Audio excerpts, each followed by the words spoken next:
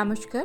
ঠাকুর শ্রী শ্রী রামকৃষ্ণ পরমহংসদেব এবং মা শারদার চরণে আমার সশ্রদ্ধ প্রণাম জানিয়ে ভিডিওটা শুরু করছি।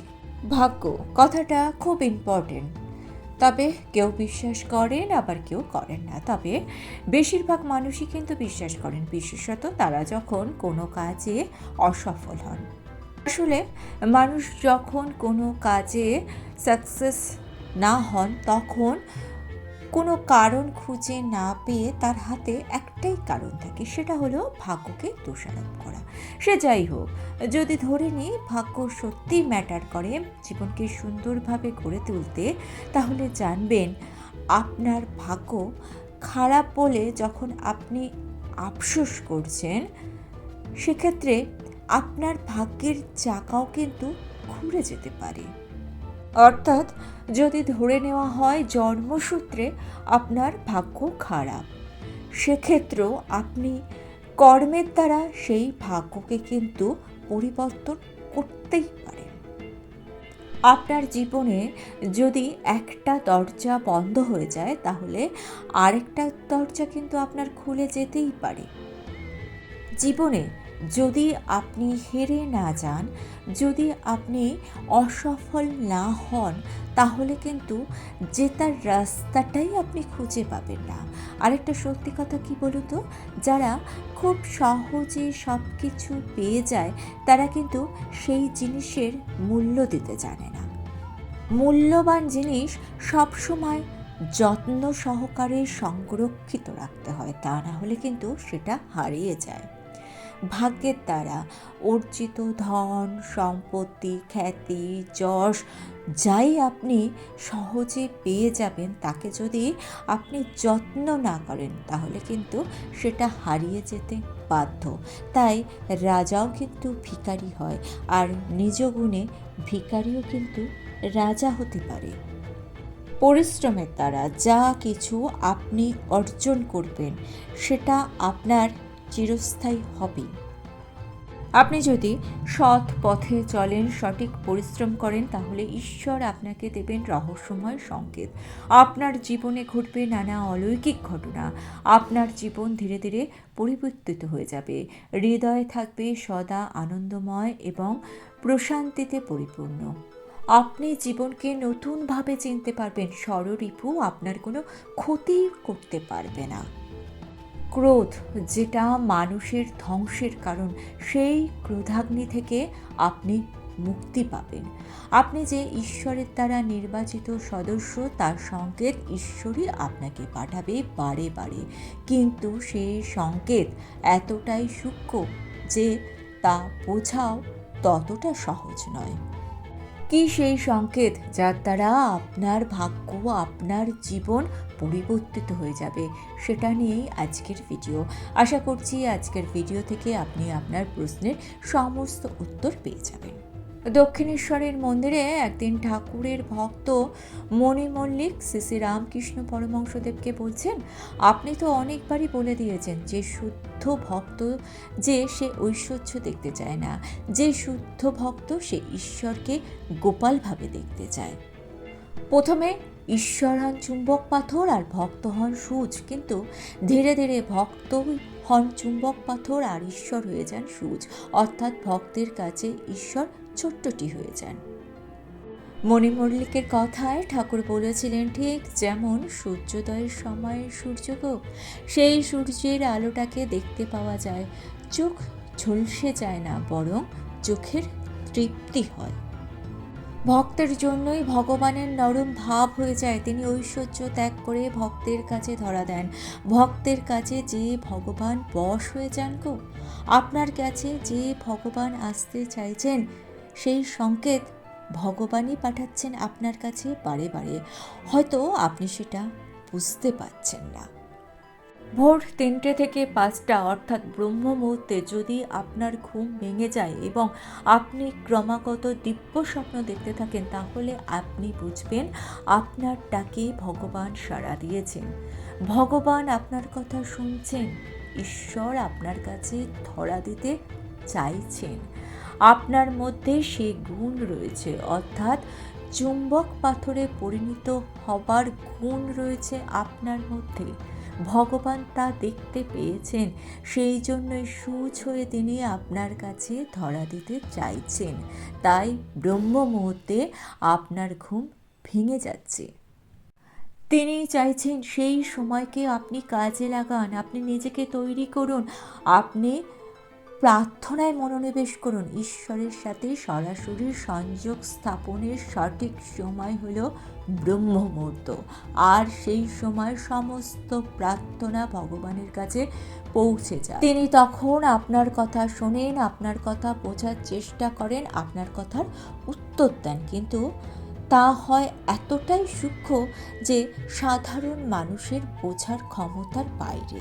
একটা জিনিস লক্ষ্য করবেন, সনাতন ধর্মের মুনি ঋষিরা প্রত্যেকেই ব্রহ্ম মুহূর্তে উঠে জপ ধ্যানে মনোনিবেশ করতেন এবং সাধনায় সিদ্ধি লাভ করতেন।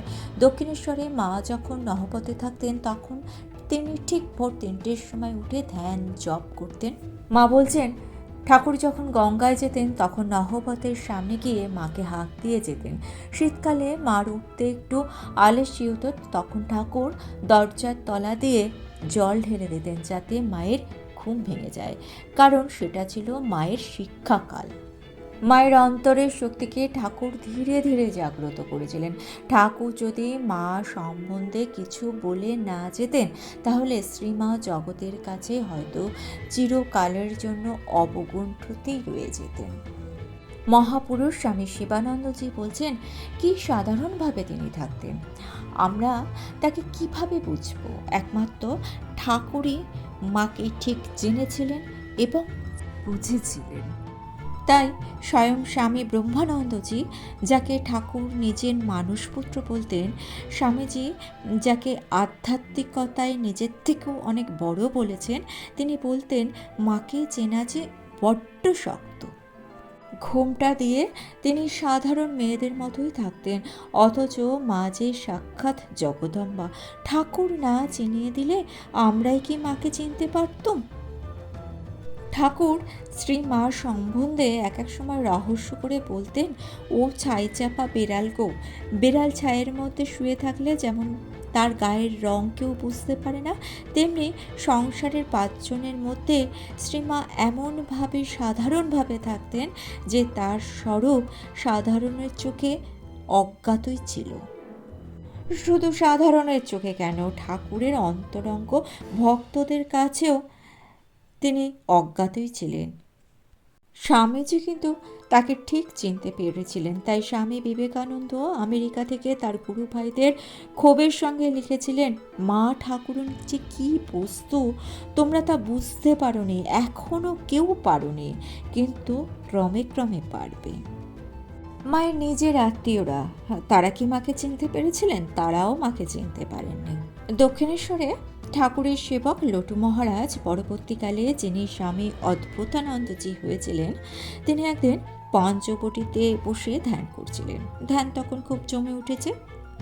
ঠাকুর পঞ্চবটির দিকেই যাচ্ছিলেন এবং তাকে ওই অবস্থায় দেখে বললেন, আরে তুই যার ধ্যান করছিস সে যে নহবতে ময়দা ঠেসছে রে। স্বামীজি বলেছিলেন, প্রত্যেকটি মানুষ অমৃতের সন্তান, আপনার মধ্যেও ঐশ্বরিক শক্তি প্রকাশ পেতে পারে। আসলে মানুষের মধ্যেই কিন্তু ঐশ্বরিক শক্তি আছে, আবার অসুরের শক্তিও আছে। মানুষ কোনটাকে প্রকট করবে সেটা মানুষের উপরে নির্ভর করে। ভোর 3টে থেকে 5টার মধ্যে প্রকৃতির মধ্যে অপার্থিব সৌন্দর্য বিরাজ করে। প্রকৃতির মধ্যে অক্সিজেনের পরিমাণ তখন অনেক গুণ বৃদ্ধি পায়। আপনার যদি সেই সময় ঘুম ভাঙে তাহলে আপনি আর না ঘুমিয়ে তার পরিবর্তে সেই সময়টুকুকে উপলব্ধি করুন। গভীর নিঃশ্বাস প্রশ্বাসের মধ্যে দিয়ে প্রাণ ভরে আপনি অক্সিজেন নিন আপনার শরীরে। যে বিশুদ্ধ অক্সিজেন আপনার শরীরের রন্ধ্রে রন্ধ্রে পৌঁছে আপনাকে পজিটিভিটিতে ভরিয়ে রাখবে, আপনার পুরো দিনটাকে আনন্দময় করে তুলবে। জীবনের সফলতার জন্য যেটি প্রয়োজন সেটি হলো কর্মময় জীবন। আপনার প্রতিটি মুহূর্তকে আপনি কর্মময় করে তুলুন। কর্মী না হলে আপনি সফল হবেন না। আর কর্মী আপনি তখনই হতে পারবেন যখন আপনি সুস্থ শরীর ও মনের অধিকারী হবেন। তাই ভোর ৩টে থেকে ৫টার মধ্যে যদি আপনি উঠে পড়েন, তাহলে আপনি নিজেকে পজিটিভিটিতে ভরিয়ে তুলতে পারেন। অনেকেরই কিন্তু এই সময় ঘুম ভেঙে যায় এবং তারা আফসোস করেন যে ঘুম ভেঙে গেল বলে, অর্থাৎ ঘুম ঠিকঠাক হচ্ছে না ভেবে। আপনি ভাগ্যবান, তাই আপনার ঘুম ওই সময় ভেঙে যাচ্ছে। সেই সময়ে আপনি ঠাকুরের শরণাপন্ন হন, প্রাণ ভরে ঠাকুরকে ডাকুন, তার আত্মার সঙ্গে নিজের আত্মাকে যুক্ত করুন। বাস্তবিকভাবে আপনি একটু চিন্তা করে দেখুন, ওই সময় অর্থাৎ ভোরবেলা প্রকৃতির নিস্তব্ধ থাকে, আর নিস্তব্ধতার মধ্যেই তো ঈশ্বরের আবির্ভাব হয়। ঈশ্বর তো সবার কাছে ধরা দেন না, ঈশ্বরকে পাওয়া কি অত সহজ? আপনি ভাগ্যবান, তাই আপনার কাছে ঈশ্বর ধরা দিতে এসেছেন। আপনি সেই সময় ঈশ্বরকে আপন করে নিন। এই রকম সময় যদি আপনি ঈশ্বরের সঙ্গে নিজেকে সংযুক্ত করতে পারেন, তাহলে দেখবেন সারাটা দিন আপনার ভালো যাবে। ব্রহ্ম মুহূর্তকে কাজে লাগিয়ে সুযোগের সদ্ব্যবহার করুন। ভালো থাকুন, সুস্থ থাকুন, আপনার জীবন আনন্দে ভরে উঠুক। আর ভিডিওটা ভালো লেগে থাকলে চ্যানেলটিকে সাবস্ক্রাইব করে নিয়ে পাশে থাকা বেল আইকনটা প্রেস করে দিয়ে অল অপশনটা ক্লিক করে দেবেন। তাহলে যখনই নতুন কোনো ভিডিও আপলোড করব, তার নোটিফিকেশন আপনাদের কাছে পৌঁছে যাবে। ঠাকুর, মা এবং স্বামীজির চরণে প্রণাম জানিয়ে আজকে এই পর্যন্তই। Thanks for watching.